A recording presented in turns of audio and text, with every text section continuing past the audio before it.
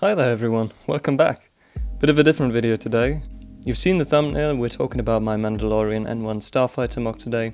And it's got a bit of a background story to it which I thought I'd tell while we take a look at this shiny bugger. The Mandalorian's N-1 obviously had its debut in the Book of Boba Fett, which I didn't really like save for episodes 1 and 2. And I didn't mean to try my hand at this ship originally, but 2 months after the show came out, countless peeps had built their own version and none really worked for me. And after chatting with a few folks on Discord, link below, feel free to join us, about the things that we liked and didn't like about the models out at the time, the urge to fix some things overcame me and ended up in me designing this model that, in hindsight, definitely wasn't any better than any of the MOCs I tried to improve upon. But for the time it was good enough. It did some things right that I saw done wrong in my eyes at the time, and I didn't want to spend ages on it, so I called it done.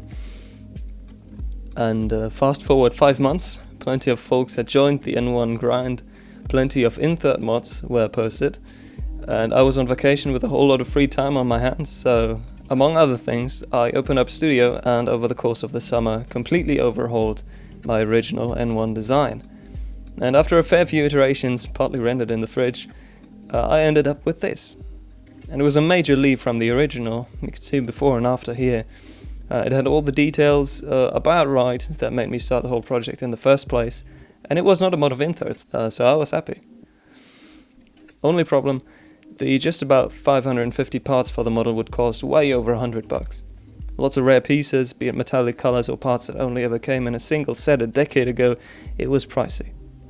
And it took me about 2 months to say, heck it, let's burn some cash, and here we are. After building it for the first time in the mediocre time-lapse I posted a while back, I made some minuscule changes to make the model a bit sturdier before I put it on display to catch dust. Now, the model is roughly 1/35 scale, so we're looking at about 33-34 centimeters in length. We've got plenty of metallic pieces throughout the build, which the Lego set unfortunately lacked. The wings are angled down and shaped appropriately. The skeleton of the wings is resembled by minifig hands, which is one of the few elements that I carried over from the original design. We've got some good greebling all around the engines, and I put a gold piece to represent the heat discoloration in the exhausts. I would have loved to put some chrome blue there as well, but unfortunately the round plates just never came in that color. The cockpit opens to reveal a seat, some controls and the steering handles for a Mandalorian minifig of your choice to get comfortable in and fly away with.